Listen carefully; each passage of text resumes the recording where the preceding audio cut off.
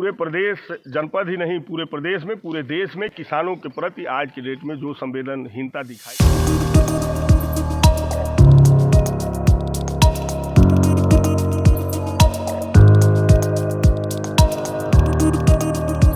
दिनांक 1 दिसंबर 2025 दिन सोमवार जिला मुख्यालय सोनभद्र किसान नौजवान संघर्ष मोर्चा संयोजक संदीप मिश्रा, ग्राम धोबी पोस्ट अक्षोर, रॉबर्ट्सगंज, सोनभद्र ने जिला मुख्यालय सोनभद्र पर कई सारे किसानों संग पहुंचकर जिला मुख्यालय पर उत्तर प्रदेश के मुख्यमंत्री के नामित किसानों के धान के क्रय को लेकर बरती जा रही लापरवाही, अनियमितता एवं उचित दर पर धान के खरीद को लेकर ज्ञापन दिया। इस संबंध में संदीप मिश्रा, संयोजक किसान नौजवान संघर्ष मोर्चा ने क्या कहा, देखें ये खास रिपोर्ट।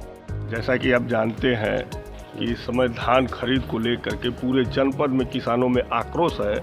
उसी क्रम में किसान नौजवान संघर्ष मोर्चा लगातार क्रय केंद्रों पर दौड़ा करता रहा और क्रय केंद्र प्रभारियों से, डिप्टी आरएमओ से, एआर कोऑपरेटिव से हमने सबसे बातचीत करके एक चीज़ पाया कि सब लोग राइस मिलरों के साथ एक बड़ा नेक्सस बनाए हुए हैं और इन लोगों का हर बार का ये रवैया किसानों के प्रति उदासीनता बरतना, और आज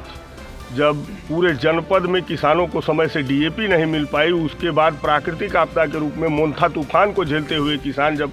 धान की फसल पैदा किया तो उसको न खरीद करके प्रशासन किसानों के ऊपर दोहरी मार कर रहा है। ऐसे में हम सभी किसान नौजवान संघर्ष मोर्चा के कार्यकर्ता किसानों के धान की खरीद हो और जो ये लिमिट बनाए हुए हैं प्रति बीघा 10 कुंटल, उसको 20 कुंटल किया जाए, ऐसी मांग मुख्यमंत्री जी को ज्ञापन में हम लोगों ने दिया है। और साथ ही साथ लघु सीमांत किसानों को सत्यापन से दूर किया जाए और बड़े किसानों का धान राइस मिलरों पर डायरेक्ट लेने के लिए राइस मिलरों को आदेशित किया जाए। साथ ही साथ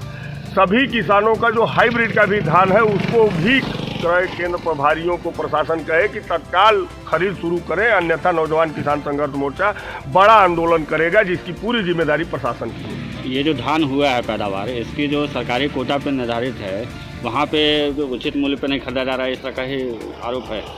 आज यही तो सबसे बड़ी विडंबना है कि इस देश में कोई भी उद्योगपति कुछ भी सामान बेचे, वो अपना मूल्य स्वयं तय करता है कि हम इस रेट में इस सामान को बेचेंगे, और किसानों के फसल का रेट सरकार समर्थन मूल्य के रूप में देती आई है और बताती है। और आज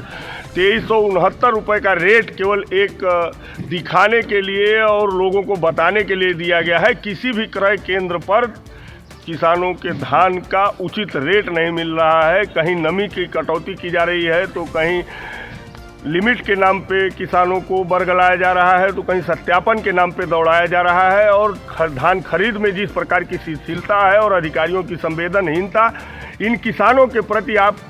ये किसान ही नहीं है, इस धरती के जीते जागते भगवान है। राइस मिल इसमें बिचौलिया का किस तरह से काम कर रहा है, जैसा आप बता रहे हैं। आज राइस मिलरों को फायदा पहुंचाने के लिए सारे अधिकारी जिस प्रकार से धान क्रय केंद्रों पर नहीं लेते हैं, तो इसमें बिचौलिया के रूप में राइस मिलर अपने एजेंट छोड़े हुए हैं। औने पौने दाम पे 13 रुपया, 14 रुपया, 15 रुपया किलो धान खरीद के राइस मिलर बिचौलियों के द्वारा अपने मिलों पे मंगा के फिर सरकारी रेट पे उसी धान को दिखा करके